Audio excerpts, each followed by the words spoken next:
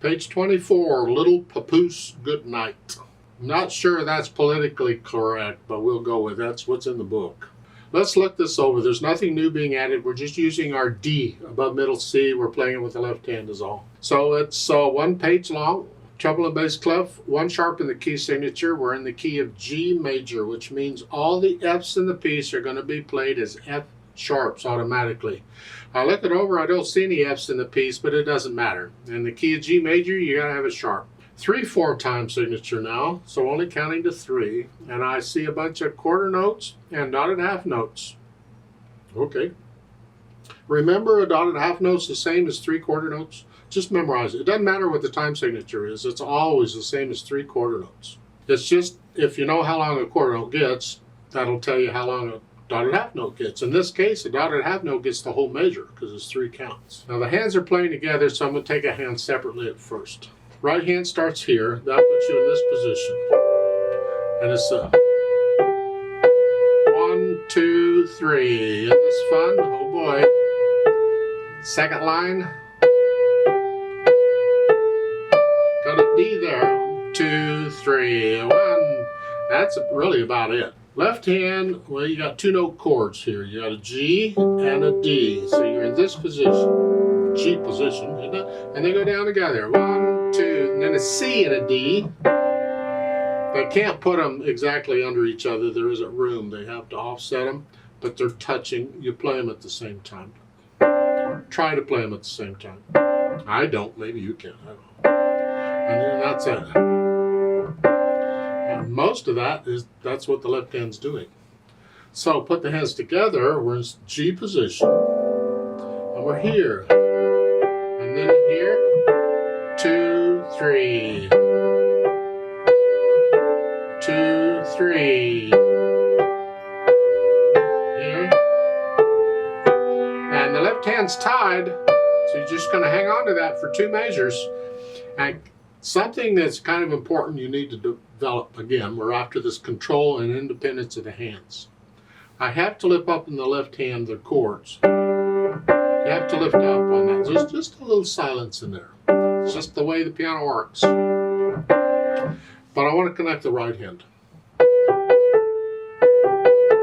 So I'm lifting up in one hand but not the other.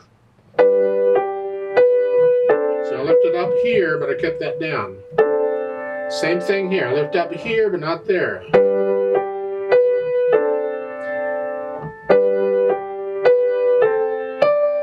And one note at a time, I can connect those. So when you're first doing it, connect everything. So connect the right hand all the way through, even though you may have to lift up in the left hand. And once you have the notes, rhythms okay, then go back through and get rid of the hesitations. And again, you should play this without looking at the keyboard. You're not moving around anything. You're just in G position throughout. Then I can think about the articulation, which they don't give you any. Okay, skip articulation. We'll put that in the interpretation part. Then the dynamics, well, that's the louds and softs. So it's moderately loud, mezzo forte at the beginning, and that's the melody. Here, the melody's in the right hand. Whatever you think moderately loud is, it's just sort of loud. These chords need to be soft in the background. The third line, P for piano. Now it's soft. You're echoing that. Soft. The left hand's very soft. And you're staying that into the last line when you have PP, pianissimo, which is very soft. And here it's mainly the right hand. Here, although this is the way it's written, the last line really doesn't have much of a melody to it. You can actually get away with playing both hands the same if you'd like. Play them both very soft. Because the song really ended at the end of the 4th line. On that one, that was the end of it. This other little bit at the end is kind of like a coda. It's a tag on the end of a piece. It's a little bit extra. And in this coda, it doesn't really have a melody. I mean, there's different ways of interpreting it. You could say that coda, that could be melody. So in that case, then yes, the left hand would need to be softer. because we want to hear the right hand. But another way of interpreting it, which is what I'm suggesting because it's a little easier, is that the last line really doesn't have any melody to it. It's just an afterthought. You're just listening to the chords.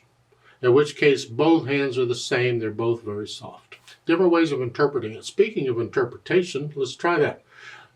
Natural accents. 1, 2, 3. 1, 2, 3. 1, 2, 3. 1, 2, 3. 1, 2, 1, 2, 3. Feel them. 1, 2, 3. All the way through. Then maybe the phrases. Well, we have to figure out where they are. Well, the melody is.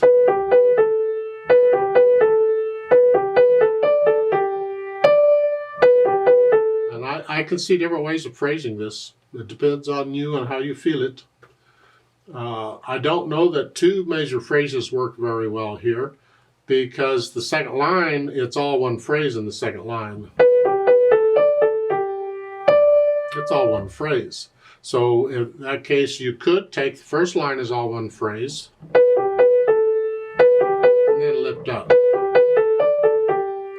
Lift, lift up. Different ways. If you want to take the first line as two phrases,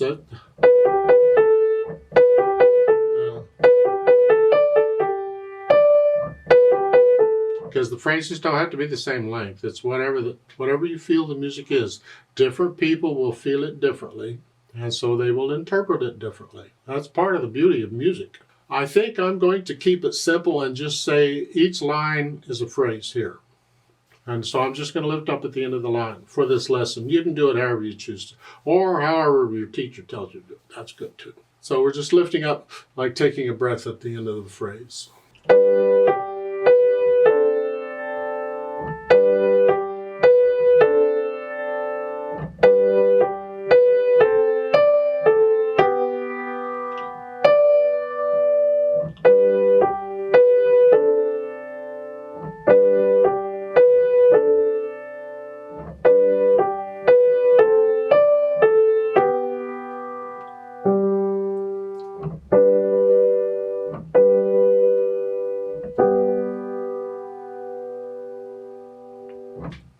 That's one way of playing it. It's not the only way to play it. You get into it and feel it, and how do you? You don't have to go that speed. You can go faster or slower. I don't think I'd go much faster than that. You could go a little slower than that if you wanted. It's fine. It's good night, you're rocking the baby to sleep type thing. Let's play it together very slowly and check all the notes and rhythms. I'm going to lift up at the end of each line for the phrasing, but I'm not doing any of the dynamics. That is the louds and softs. Now I'm going to play both hands about the same throughout. So I'll give us 3 counts. 1, ready, go. 2, 3. 2, 3.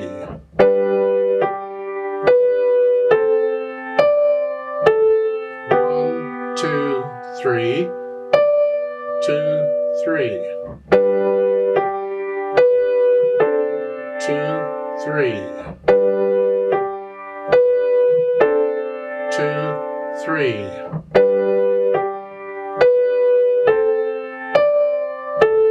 1, 2, 3. 2, 3. 2, 3. 2, 3. 2, 3. Tie. 2, 3. Off.